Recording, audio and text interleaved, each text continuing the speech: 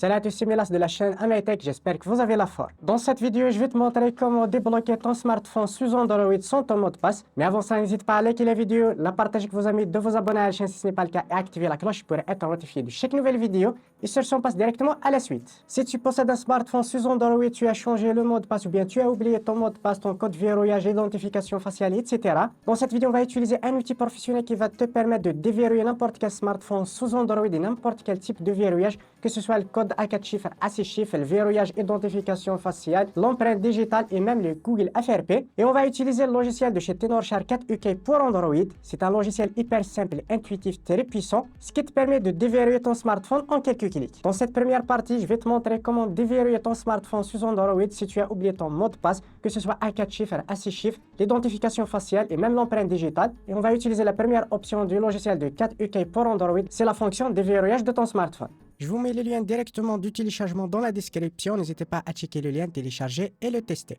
Voici l'interface de 4UK pour Android. Vous avez deux options de déverrouillage.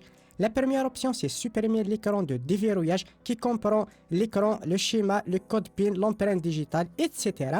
Et vous avez la deuxième option, supprimer le compte FRP de Google. Pour notre cas, on va sélectionner la première option, supprimer l'écran de verrouillage. Là, on va connecter tout simplement notre smartphone au PC. Puis tout simplement, vous avez deux options. La première, la plus recommandée, mais ça va effacer l'entièreté de vos données. La deuxième est pour certains modèles sans perte de données. On va sélectionner la première option, la plus recommandée, la plus fiable. Puis on va cliquer sur commencer. Puis on va cliquer sur oui. Là, automatiquement, elle va lancer la suppression. Vous attendez juste quelques secondes. Et voilà, là, on va suivre les instructions qui s'affichent directement sur le logiciel. Mon téléphone n'a pas de bouton Home. Pour redémarrer et forcer le redémarrage, appuyez sur diminuer le volume, puis avec le bouton latéral, jusqu'à ce que le smartphone se redémarre et vous appuyez sur augmenter le volume. Là, on a directement le mode recovery. On va cliquer tout simplement sur suivant. Et là, on va suivre les instructions qui s'affichent sur le logiciel. Pour mon cas, je vais descendre avec les boutons du volume sur Web Data Factory Reset. On va cliquer avec le bouton latéral. On descend sur Factory Data Reset, on clique dessus. Puis ça va directement réinitialiser le smartphone. Puis on va suivre les instructions, la deuxième instruction du logiciel, à savoir, on va descendre avec le bouton diminuer le volume sur Wipe Cache Partition, juste ici. On va cliquer avec le bouton latéral, on clique dessus. Puis je descends directement sur Yes et je vais cliquer avec le bouton latéral. Là, tout simplement, on va cliquer sur Reboot System pour redémarrer notre smartphone.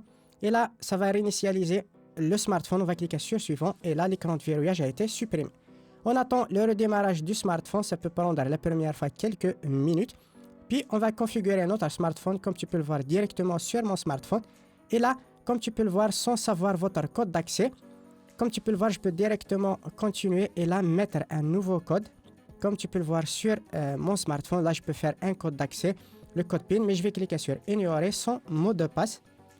On attend un petit peu la fin de la configuration. Je vais accélérer un petit peu la vidéo pour que ce soit pas très long. Et voilà, c'est terminé. Comme tu peux le voir, je peux accéder à mon smartphone sans code verrouillage. Je peux le déverrouiller et le verrouiller autant que je veux sans savoir mon code d'accès directement. Et je peux configurer un nouveau code d'accès.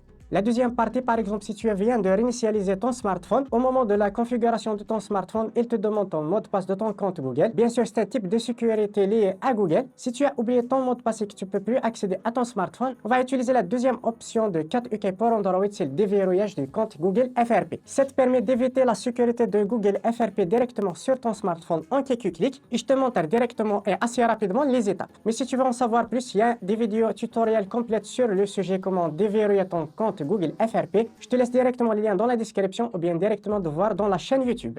Là, on va connecter tout simplement le smartphone sur le PC, puis on va choisir supprimer le compte Google FRP. Là, on a une liste du modèle disponible sur le logiciel Android 11, 12, 6, 9, etc. Vous allez choisir selon votre version. Si vous ne savez pas votre version, vous essayez les méthodes jusqu'à ce que vous tombez sur votre méthode. Là, pour mon cas, j'ai Android 10. Ça va afficher directement une notification sur mon smartphone. Je vais cliquer dessus. Et là, on va suivre les instructions qui s'affichent directement sur l'écran dans le logiciel, à savoir directement de lancer l'application et télécharger l'application Samsung Internet Browser. Puis tout simplement après l'installation de l'application, on va définir par défaut. Là, on revient directement sur le logiciel, on va saisir l'URL qui s'affiche directement sur les étapes. Je vais le taper directement et puis je vais cliquer sur Entrer directement. Je vais saisir l'URL directement sur le navigateur puis je vais cliquer sur OK. Là, on va cliquer sur le bouton vert pour ouvrir les paramètres. comme tu peux le voir directement. Et là, je vais choisir code PIN juste ici. Je vais mettre directement un code, par exemple le 2323. Je vais le valider encore une fois. Je vais le retaper. Vous mettez n'importe quel code, vous vous souvenez juste du code. Et là, tout simplement, juste après, on va cliquer sur passer juste ici et on revient directement jusqu'à la configuration du smartphone. Puis, on va suivre les instructions et la configuration du smartphone. Comme tu peux le voir juste ici. Et là, on va utiliser le code d'accès qu'on vient de mettre au lieu du compte Google. Je vais mettre le code d'accès que je viens de mettre dans les paramètres. On attend un petit peu. Et voilà, comme tu peux le voir ici, sur le compte Google, je peux directement cliquer sur ignorer pour passer cette étape. Auparavant, on ne pouvait pas ignorer cette étape. Et là, je vais continuer la configuration du smartphone assez rapidement. Et comme tu peux le voir, je peux accéder à mon smartphone sans code ni de savoir mon mot de passe compte Google.